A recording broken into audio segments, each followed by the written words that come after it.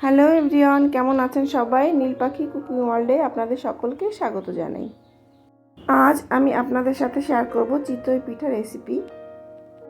আপনারা প্রত্যেকে জানেন চিতই পিঠা কিন্তু সম্পূর্ণ মাটির ছাঁচে এবং মাটির উনুনেই কিন্তু পিঠাটা ভালো হয়। গ্যাসের চুলায় কিন্তু যতই আমরা বানিয়ে খাই না কেন কিন্তু সেই স্বাদটা কিন্তু পাওয়া যায় না। ছাদে মাটি দিয়ে আমার শাশুড়ি মা একটা উনুন বানিয়েছে, তো ভাবলাম যে তাহলে এই শীতের সময় ছাদে গিয়ে যদি পিঠে খাওয়া যায় বাড়ির সবাই মিলে, তাহলে বেশ একটা পিকনিক একটা ফিলিংটাও আসবে। তো তার জন্য আমি প্রথমেই চালের গুঁড়ি করে নিচ্ছি। এখানে আমি চাল ভিজিয়ে রেখেছিলাম 6 থেকে 7 ঘন্টা। আর অবশ্যই আতপ চাল ব্যবহার করতে হবে, সেটা আপনারা সবাই জানেন। তো এখানে আমি মিক্সিতে চাল গুঁড়ো করছি, আর আমার শাশুড়ি মা গুঁড়িটাকে চালনি দিয়ে চেলে নিচ্ছে। তো এইভাবেই সবসময় আমার পাশে পাশে থাকে আমার শাশুড়ি মা। তো যাই হোক, এখন আমাদের গুঁড়ি কিন্তু পুরোপুরি রেডি। তো গুঁড়িটাকে ব্যাটার বানানোর জন্যে আমি প্রথমেই 1 চামচ লবণ নিয়েছি, আর নিয়েছি উষ্ণ গরম জল। তো জলটা কিন্তু অবশ্যই উষ্ণ গরম জল হতে হবে, বেশি গরম হলেও হবে না, আবার ঠান্ডা জল হলেও হবে না। তো এভাবে আমি অল্প অল্প জল দিয়ে গুঁড়োটাকে ভালো করে গুলে নেব। চিতই পিঠের এই ব্যাটারটা বানানোর জন্য কিন্তু হাত দিয়ে ভালো করে মাখলেই কিন্তু ভালো হয়। মাখাটা যত ভালো হবে পিঠেটা কিন্তু ততই ভালো হবে। তো ভালো করে মাখতে হবে, এই গুঁড়িটাকে অল্প অল্প জল দিতে হবে আর ব্যাটারটাকে ভালোভাবে গুলে নিতে হবে। তো দেখুন এখানে আমি ঘনত্বটা রেখেছি এরকম, আর একটু জল দেব, একটু গাঢ় রয়েছে বোধহয়, তো আর অল্প করে একটু জল দিয়ে দিলাম। তো জল দিয়ে আবারও ভালো করে মেখে নিচ্ছি। তো মেখে নিয়েছি, এবার মেখে নিয়ে এবার এই গুঁড়িটাকে আমি চাপা দিয়ে রেখে দিচ্ছি, 1 ঘন্টা মতো রেস্টে রাখবো। তো আজকে আমাদের প্ল্যান রয়েছে চিতই পিঠে আজ আমরা চিকেন দিয়েই খাওয়া দাওয়া করব। গুড় দিয়ে তো অবশ্যই ভালো লাগে, কিন্তু চিকেন দিয়েও কিন্তু মন্দ লাগে না, আপনারা ট্রাই করতে পারেন। তো এখন আমি যাচ্ছি ছাদে, আর এই 1 ঘন্টা গুঁড়িটা রেস্টে রেখেছিলাম, সেই ফাঁকে কিন্তু আমি চিকেনটা তৈরি করে নিয়েছি। তো চলুন তাহলে ছাদে আমি পৌঁছে গেছি এখন। তো ভাবলাম যে তাহলে আমার শীতের এই ছাদ বাগান একটু আপনাদের সাথে শেয়ার করি। তো প্রথমেই ঢুকে দেখুন এই আমার ডালিয়া গাছ, আমি কটা ডালিয়া গাছ লাগিয়েছি, তবে বেশ ভালো হয়েছে, দেখতে খুব ভালো লাগছে। ডালিয়া ফুল এমনিতেই সুন্দর, শুধু ডালিয়া ফুল বলে নয়, সমস্ত ফুলই সুন্দর। এবার যে ফুলটা দেখালাম এটা কিন্তু আমি নাম জানি না, তবে ভীষণ সুন্দর, গোলাপ ফুলের মতো দেখতে লাগে। আর ইয়েলো আর রেড এই দুটো কালারের গোলাপ ফুলের গাছই আমার কাছে আছে। আর রয়েছে বিভিন্ন রকমের চন্দ্রমল্লিকা, বিভিন্ন কালারের আর কি। এই রেডের মধ্যে ইয়েলো বেশ ভালো লাগে দেখতে চন্দ্রমল্লিকাটা, আবার এপাশে ইয়েলো কালার, আবার পিঙ্ক কালার, তারপর আবার রেড, আবার এই ইয়েলো কালারে এই চন্দ্রমল্লিকাটা আনকমন, এটা আমি কখনো এর আগে দেখিনি।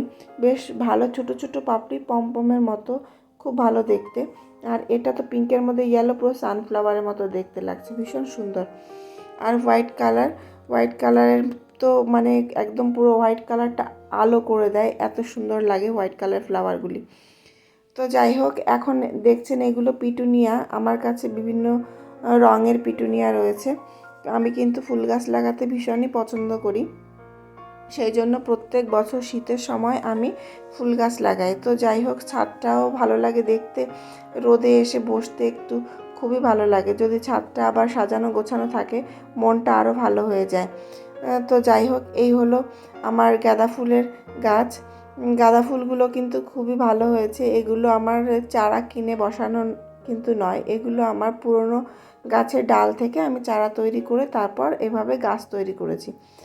তো এখানে যে টবটা দেখতে পাচ্ছেন, আমাদের দুপাশে ইট গেঁথে ওয়াল তৈরি করে মাঝখানে মাটি দিয়ে এবার বড় করে টব তৈরি করে তারপর এইভাবে আমরা গাছ লাগিয়েছি।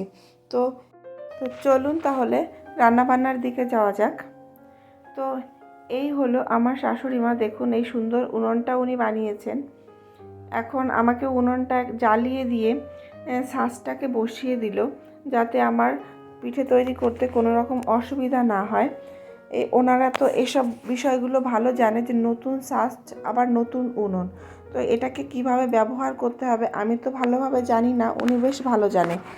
এখন আমি বসে পড়েছি পিঠে বানানোর জন্য। তো প্রথমেই আমি ছাঁচটা ভালোভাবে মুছে নিচ্ছি।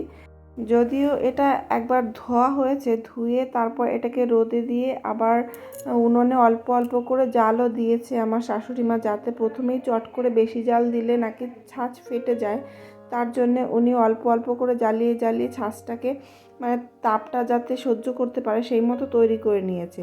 তো এখন আমি পিঠেটা তৈরি করব।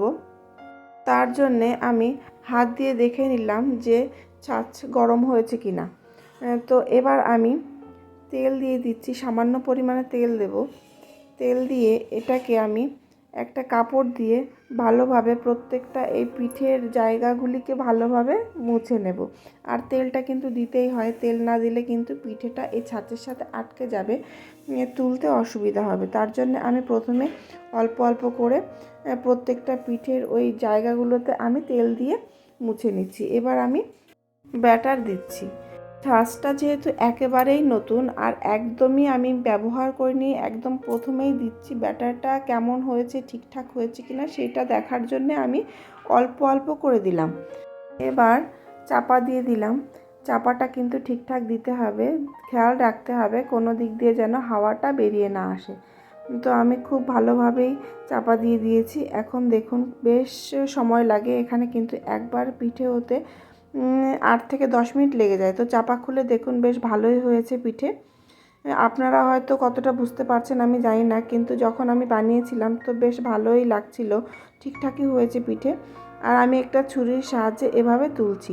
তো ছুরি দিয়ে খুব একটা ভালোভাবে তোলা যাচ্ছিল না, যার জন্যে আমার শাশুড়ি মা একটা কাস্তে ছিল আমাদের ওখানে, ওটাকে ধুয়ে এনে দিল, বললো যে এটা দিয়ে তোলো তাহলে সহজে তোলা যাবে।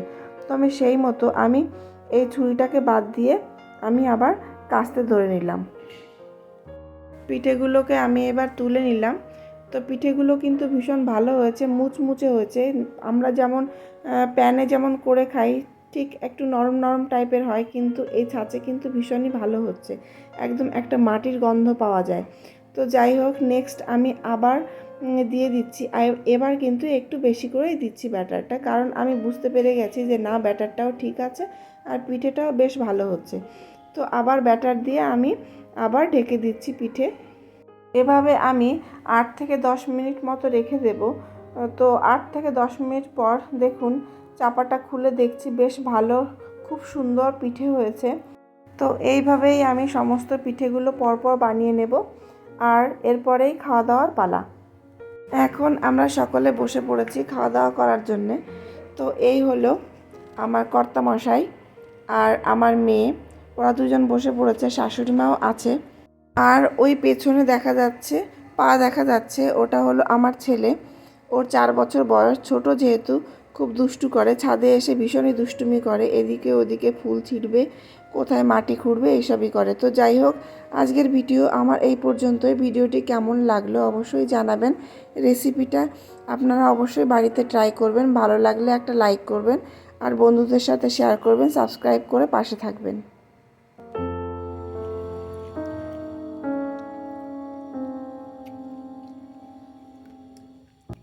কেমন হয়েছে মা? পিঠে দেখো, পিঠের চেহারা সুন্দর ফুলেছে, প্রত্যেকটা ফুটে ভালো হয়েছে। প্রত্যেকটা হয়েছে। হ্যাঁ, প্রত্যেকটা ভালো হয়েছে। তুমি প্রত্যেকটা খেছো নাকি? প্রত্যেকটা দেখতে তো পাচ্ছি, সেটাই তো। কি ভালো হয়েছে পিঠা।